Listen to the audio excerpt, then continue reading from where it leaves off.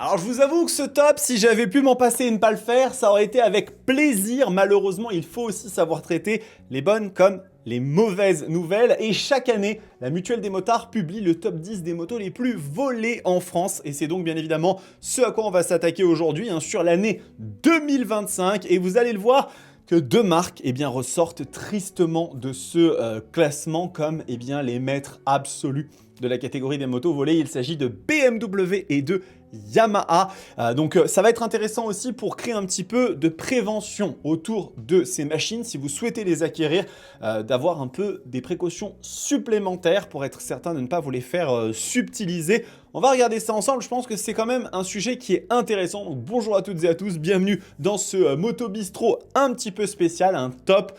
Bien évidemment, comme je vous l'ai dit, j'aurais préféré vous faire quelque chose d'un peu plus gai, mais ne vous inquiétez pas, il y aura l'occasion de refaire des classements beaucoup plus sympathiques. Alors on va commencer par la 10e place de ce classement, et une fois n'est pas coutume, ce ne sera pas une BMW ou une Yamaha qui va ouvrir le bal, mais bien Honda avec la CBR 1000 RR Fireblade, l'hyper sportive japonaise, qui pour le coup se classe à la 10e position de ce classement. Machine bien évidemment extraordinaire, la CBR 1000 RR, depuis que Honda a abandonné le concept du total control. Ils ont fait véritablement un monstre absolu, avec 217 chevaux. C'est aujourd'hui l'hyper sportive japonaise la plus puissante du marché. Elle est véritablement ultra brutale et c'est vrai qu'effectivement, Honda, avec cette moto, ils ont complètement inversé leur philosophie. Ils ont poussé, en fait, finalement, tout leur savoir-faire pour réaliser, une véritable fusée.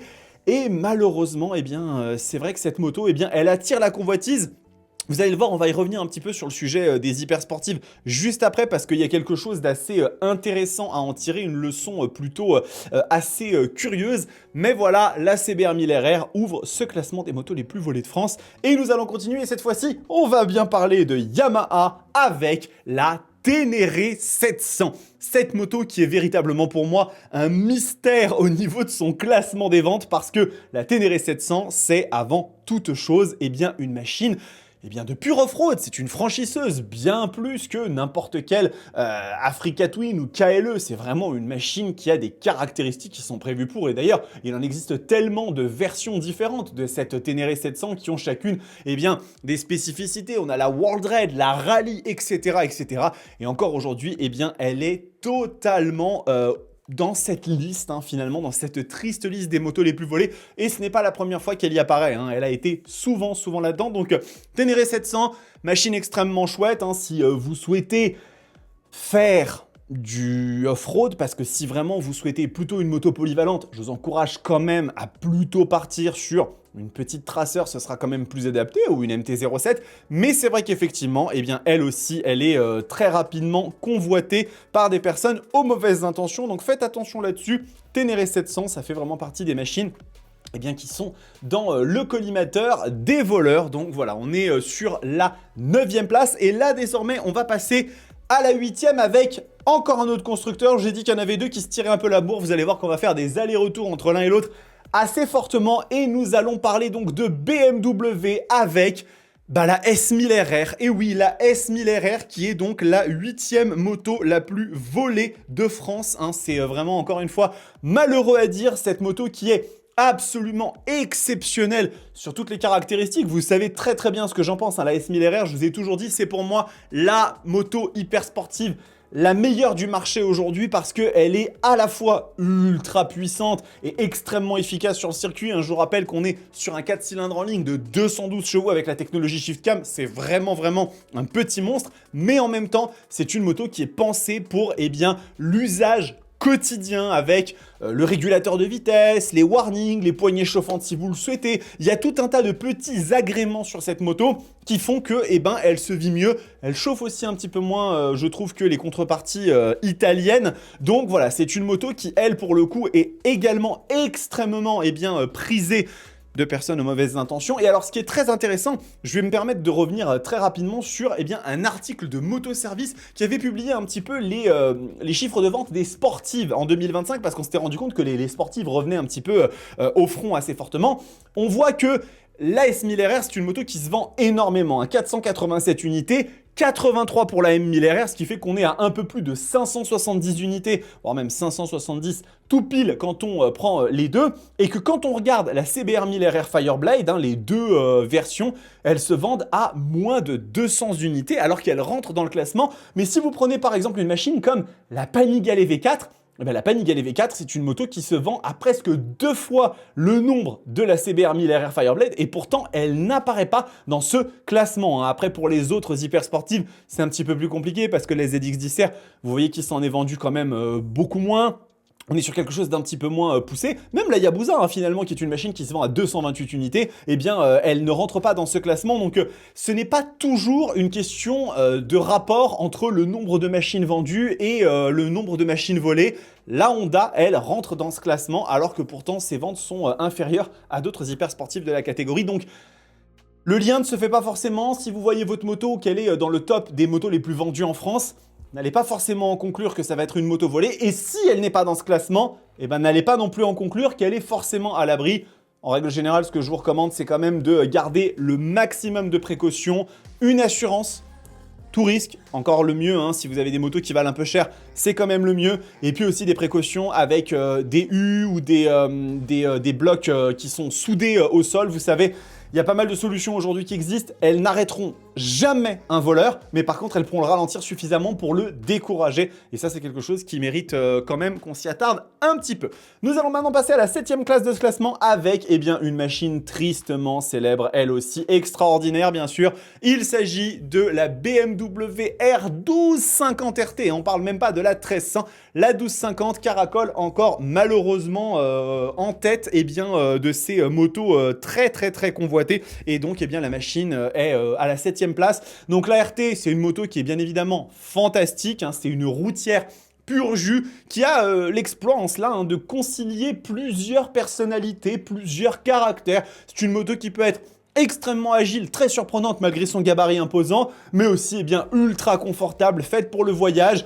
Peut-être que ce qu'on pourrait forcément lui retirer, c'est un peu l'utilisation en ville, qui sera moins pratique que des machines un peu plus menues, un peu plus fluettes. Mais cette 1250 RT, oui, elle aussi, elle est extrêmement convoitée par les voleurs de tous bords. Alors, nous allons maintenant attaquer sur une catégorie où là, vous allez me dire, mais ça c'est évident, c'est même étonnant qu'on n'en ait pas parlé avant.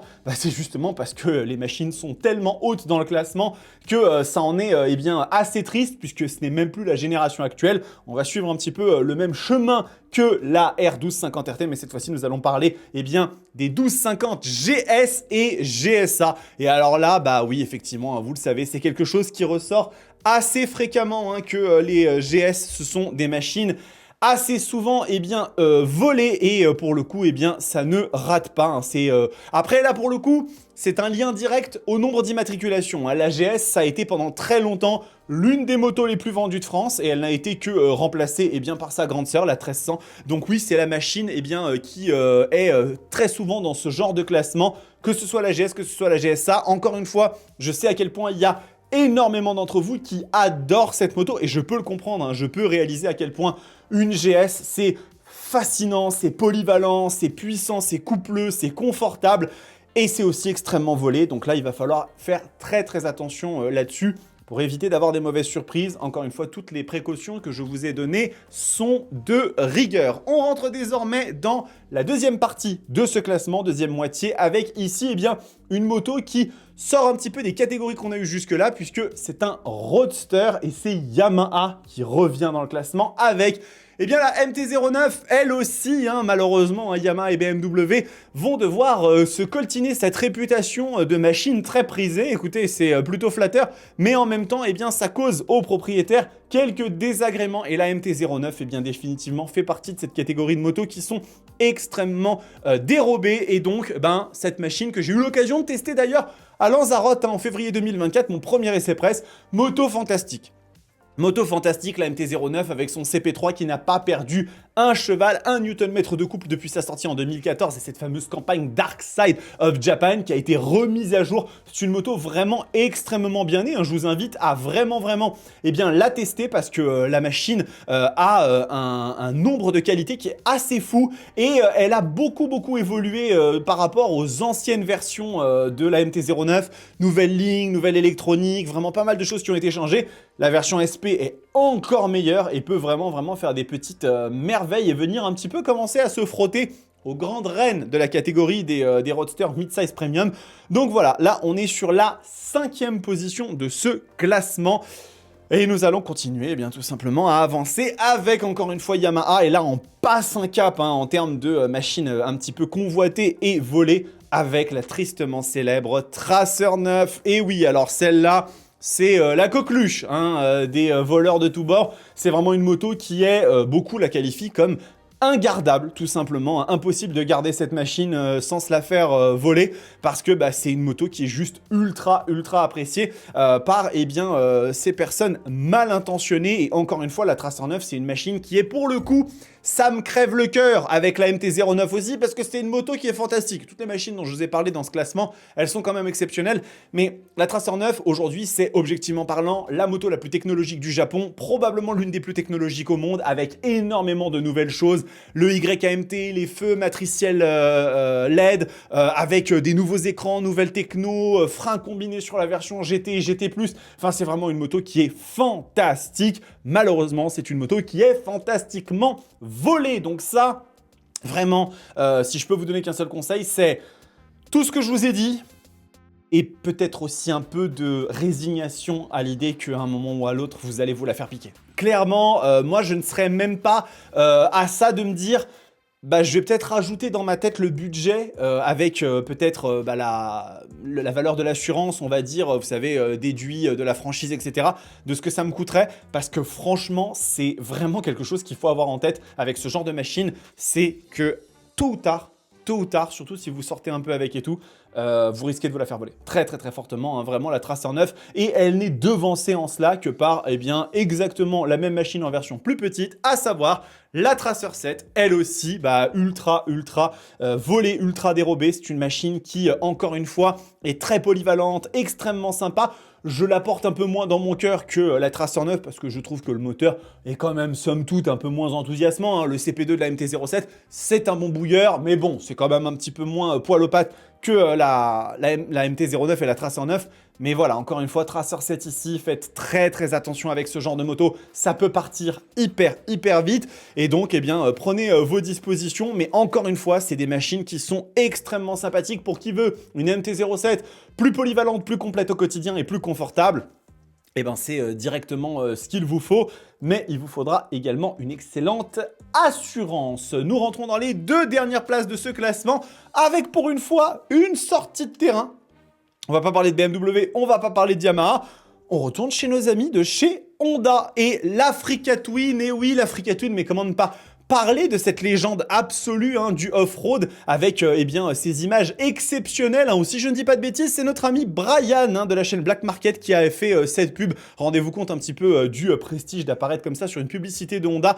Écoutez, ça vaut mieux que d'apparaître dans les faits divers parce que votre moto a été volée. Et malheureusement, l'Africa Twin, elle est directement visée aussi. C'est une machine qui a beaucoup de capacités, très utilisable aussi sur des terrains comme ça, un peu désert, un petit peu sable et compagnie. Et en fait, ce qui est aussi assez impressionnant, c'est de voir qu'il n'y a que 3 constructeurs dans ce classement. Après, 3 constructeurs dans ce classement, je me dis aussi que c'est un petit peu normal quand on voit qu'en 2025, les 3 constructeurs qui ont vendu le plus de motos, c'était Honda, BMW et Yamaha. Donc finalement, il y a une certaine logique, même si globalement, on devrait retrouver Honda très souvent dans ce classement puisque c'est eux les premiers et qu'ils n'apparaissent que 2 fois. Bon, vous allez me dire que c'est quand même suffisant, il n'y a pas besoin d'aller forcément beaucoup plus loin.